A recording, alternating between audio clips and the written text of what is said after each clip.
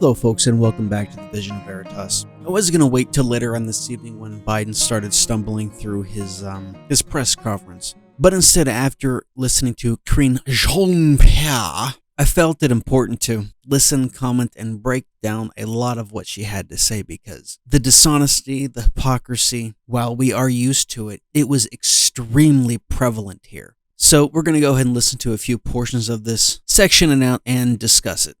So to anybody who took an hour out of their day to listen to this, you came away with a few general ideas. Number one, she once again can't comment on a whole lot until the president starts commenting on it. And while that may sound like a sound thing to do, and I think there's an argument to be made for that, I think the reason why she doesn't want to comment on this stuff, at least comment on a lot of this stuff, is because she, the White House staff, and Biden himself, I don't think they're on the same page for anything. And a lot of the times, they don't know what Biden says until he says it. And when he does, and he screws something up, the White House has to retract it. I mean, they've had to do that several times in the past.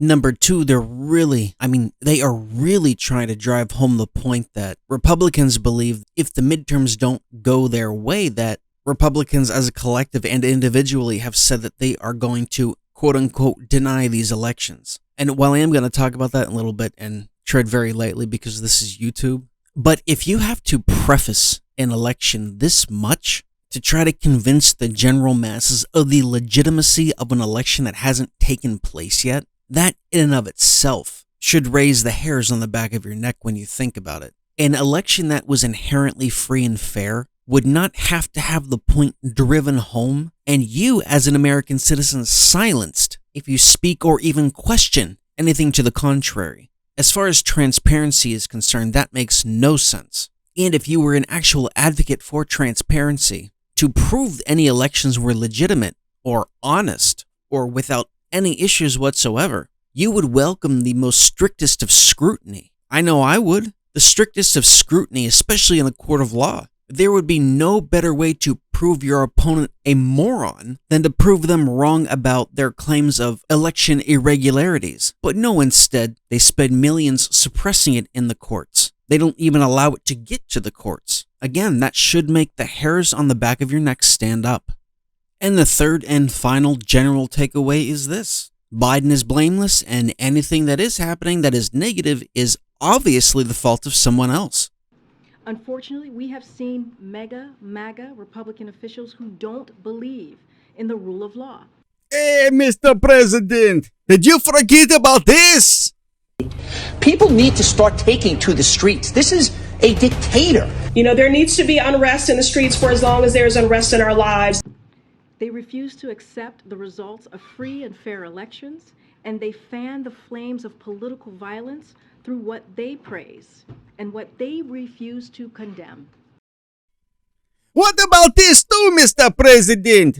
I seem to remember the Democrats calling for violence. I don't remember you saying anything at all. Do something about your dad's immigration practices, you feckless. When they go low, we kick them. How do you resist the temptation to run up and ring her neck? It remains important for the president to state strongly and unequivocally that violence has no place in our democracy. Mr. President, were you dropping a deuce when this was said? Did you not hear this one? The biggest terror threat in this country is white men, most of them radicalized up to the right. I thought he should have punched him in the face. I said, even if you lost, he insulted your wife. Yes. He came down the escalator and called Mexicans rapists and murderers. He said, well, what do you think I should have done? I said, I think you should have punched him in the face and then gotten out of the race. You would have been a hero. I'd like to punch him in the face. I said if we were in high school, I'd take him behind the gym and beat the hell out of him. He believes other leaders of both parties, on both sides, have a responsibility to communicate this very clearly as well. The president has been emphatic and optimistic that Americans care about protecting our democracy. He has consistently talked about the fact that America has emerged stronger from some of our darkest moments. And today, there are far more Americans of every background and every belief who reject the dangerous path of political violence than accept it. Oh yeah, Mr. President, what about this one? Does you remember when the old crazy bitch Pelosi says this? Enemies of the state. I just don't even know why there aren't uprisings all over the country, and maybe there will be. And sadly, the domestic enemies to our voting system and our honoring our Constitution are right at 1600 Pennsylvania Avenue. He'll also keep acting to address political violence, including by continued implementation of the first ever national strategy for countering domestic terrorism that he released in June of 2021. He has been clear democracy is under assault and we cannot pretend otherwise. The president will continue to call attention to the threat to democratic integrity and to public safety posed by those who deny the documented truth about election results and those who seek to undermine public faith in our system of government. Mr. President, I seem to remember this being said, but you're for whatever reason not remembering. Show me where it says that protests are supposed to be polite and peaceful. I have thought an awful lot about blowing up the White House. A Missouri state senator is under investigation by the Secret Service after saying she hopes President Trump is assassinated. I will go and take Trump out tonight. And if you see anybody from that cabinet in a restaurant, in a department store, at a gasoline station, you get out and you create a crowd. And you push back on them. And you tell them they're not welcome anymore, anywhere. Mr. President, was your wife changing your diaper when this was said? They're not going to stop before Election Day in November, and they're not going to stop after Election Day. And that should be, everyone should take note of that on both levels, that this isn't, they're not going to let up, and they should not. Punch some people in the face! When was the last time an actor assassinated a president? They're still going to have to go out and put a bullet in Donald Trump, and that's a fact. Look as his character is stabbed to death. Where is John Wilkes Booth when you need him? That's it right there. Pull it up. I have thought an awful lot about blowing up the White House. All joking aside, there is only one political party who, as a collective, as a whole, fans the flames of political violence here in the United States of America and is not condemned because of it. It's not Republicans. You may get individuals who are one-offs that say stuff like this, but the difference is here. You have the entire Democratic Party. You have the freaking Vice President of the United States calling for political violence. You know, us conservatives say this all the time. Whatever you, as a conservative, are being accused of, 9 chances out of 10, the leftist who is doing the accusing is doing it themselves. And this is proof. This is unequivocal proof positive right here. There is no refuting this. Thanks. On what you said about the president saying that he's concerned about Republicans who have refused to say that they will accept the election results, does the president think that those refusals will create political violence, will lead to political violence? Well, he's speaking because he wants to make sure that he's loud and clear, and I want to be very careful because don't want to go into anything that he might say tonight or into his speech. That what we're seeing, these are not normal times, right? This is an inflection point.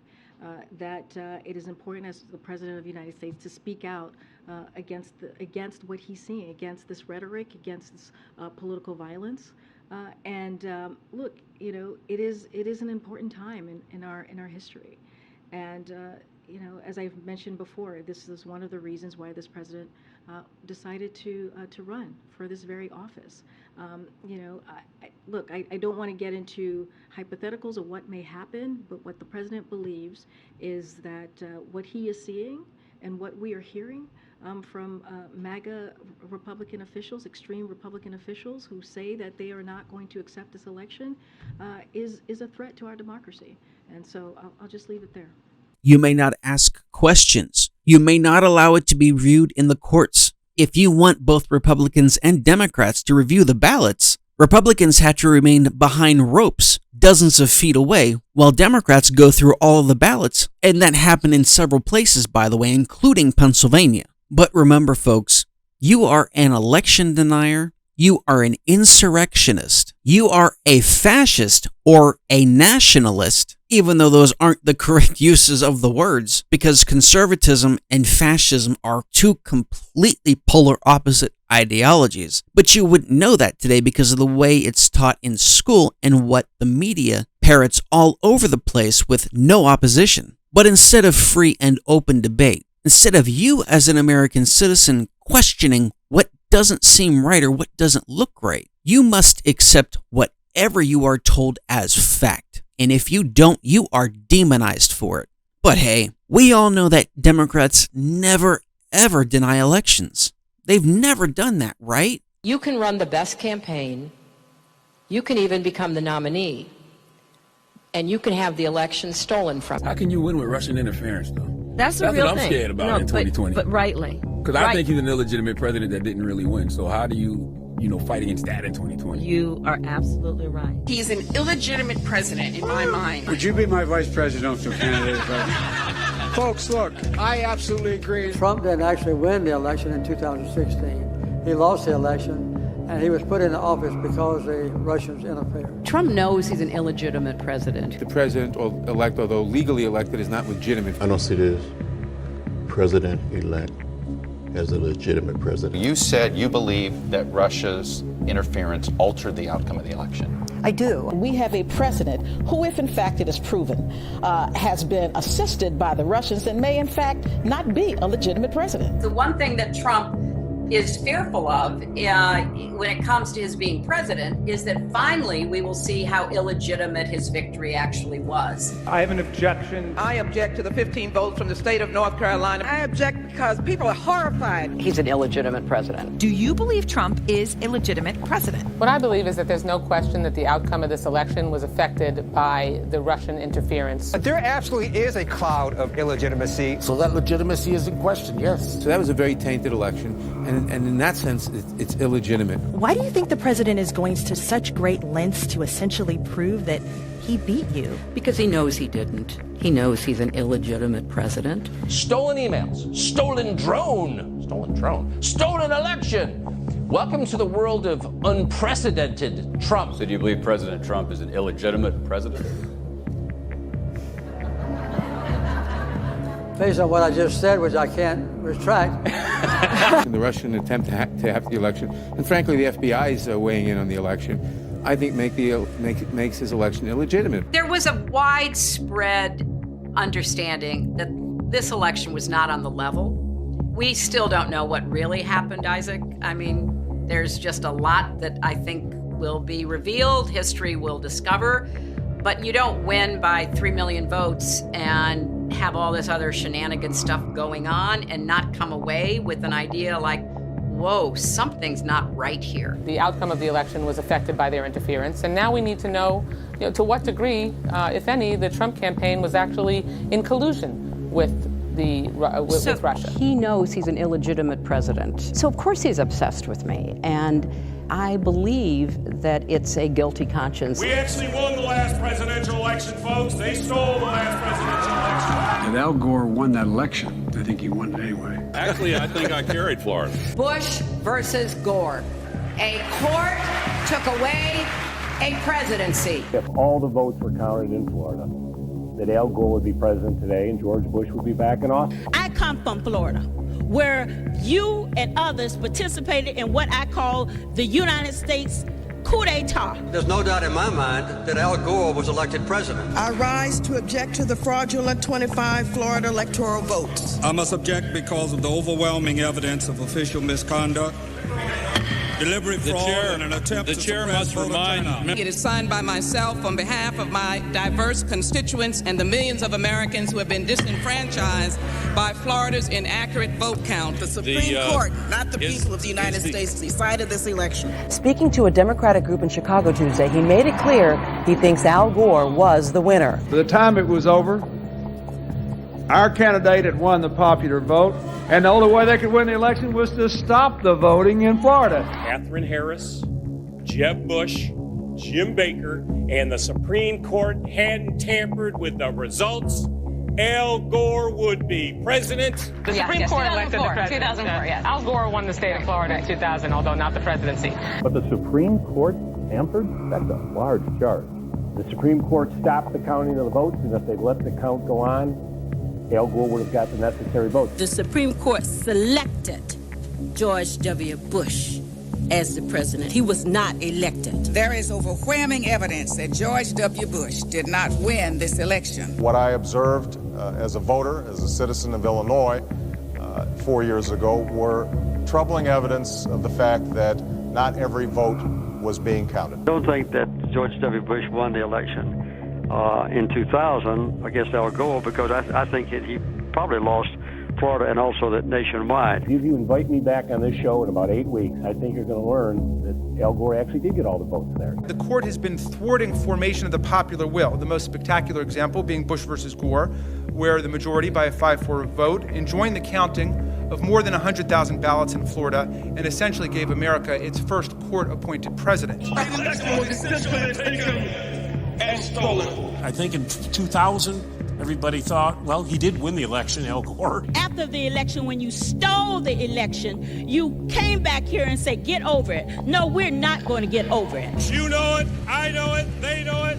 We won that election. Constantly shifting vote tallies in Ohio and malfunctioning electronic machines, which may not have paper receipts, have led to additional loss of confidence by the public. The right to vote has been stolen from qualified voters. In 2004, the democratic process was thwarted. The 2004 presidential election in Ohio was riddled with unnecessary problems. Some machines malfunctioned, causing votes to be counted more than once, or not at all. Based upon an inordinate number of allegations suggesting gross voting rights violations and misconduct, I join with my colleagues in objecting to counting the state of Ohio's electoral votes. As in 2000, the votes of many who wanted to vote were not, in fact, counted. This last Friday night, I arranged to meet Senator Kerry at a fundraiser to give him a copy of my book.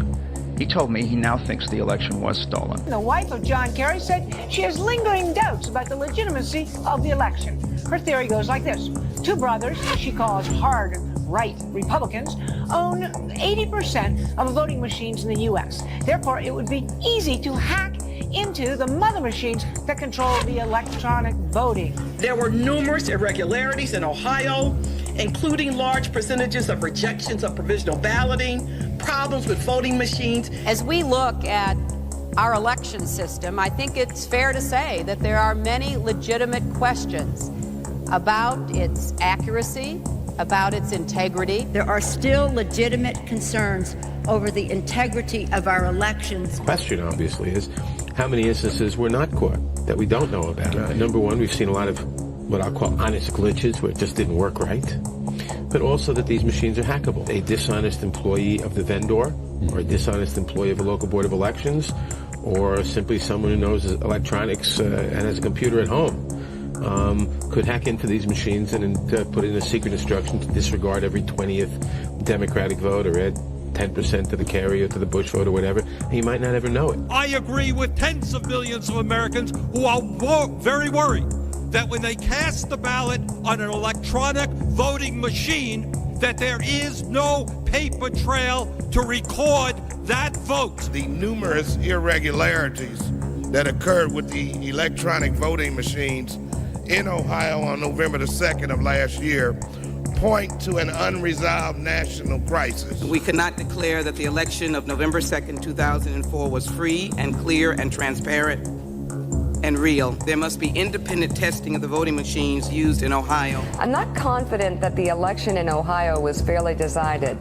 We know that there was substantial voter suppression and the machines were not reliable. The members of Congress who have brought this challenge are speaking up for their aggrieved constituents, many of whom may have been disenfranchised in this process. Treating today's electoral vote count in Congress as a meaningless ritual would be an insult to our democracy unless we registered our own protest against the obviously flawed voting process that took place in so many of our states. Voters who wish to cast a vote for president or vice president can't approach the polls with certainty that their vote will be counted. One of the most significant problems in Ohio and in many other states was the lack of measures to ensure the integrity of electronic voting machines. In 2004, they caused Democratic voters in Ohio to wait for 8 hours before they could cast their ballot.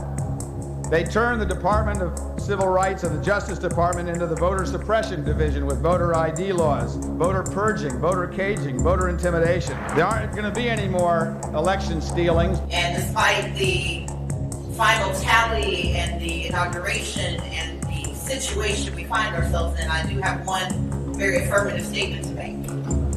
We won. Without voter suppression, Stacey Abrams would be the governor of Georgia. Andrew Gillum is the governor of Florida. I acknowledge that former Secretary of State Brian Kemp will be certified as the victor in the 2018 gubernatorial election. This is not a speech of concession. If she'd had a fair election, she already would have won. You refused to concede and say that you lost. Do you stand by that decision today? Absolutely. The election was not fair. The process was not fair. If Stacey Abrams doesn't win in Georgia, they stole it. It's clear. It's clear. I think that Stacey Abrams' election is being stolen from her. You notably did not concede. I did not. Okay, you acknowledged that he won, but you did not concede. Correct. 5 months later, do you still feel like your opponent won through voter suppression? Yes. Georgia voters did not have their votes counted. They were not allowed to cast votes. They had their votes discarded. She would be the governor of Georgia today had the governor of Georgia not disenfranchised 1.4 million Georgia voters before the election. That's what happened to Stacey Abrams.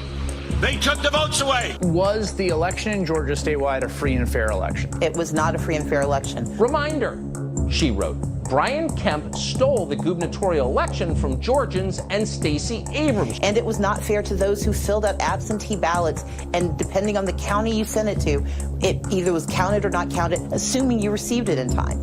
Brian Kemp oversaw for 8 years the systematic and systemic dismantling of our democracy, and that means there could not be free and fair elections in Georgia. It certainly gave the appearance of unfairness, and I think there was unfairness. Stacey ran a great campaign. She probably won. But will I say that this election was not tainted, was not a disinvestment and a disenfranchisement of thousands of voters? I will not say that. Candidates, both black and white, lost their races because they have been deprived of the votes they otherwise would have gotten. And the clearest example is from next door in Georgia. Stacey Abrams should be governor, leading that state right now. So you don't feel that you lost fair and square? I'm not saying it's going to be legit. It's the increase in the prospect of being illegitimate is a direct proportion to us not being able to get these reforms passed. If you watched all of that, you watched 12 solid minutes of Democrats denying election results. The media going along with it, regardless of evidence for or against. It didn't matter. They were told to peddle that Republicans winning was a lie and Democrats should have gotten it. And now Democrats, the president himself, all collectively have launched the largest campaign ever to do everything in their power to convince you that whatever is going to happen these midterms, Republicans, if they see something hanky going on, they are not allowed to question any results. They must accept without question any and all results that happen in the election. KarineJean-Pierre just spent a fair amount of time making sure that she harped on that point.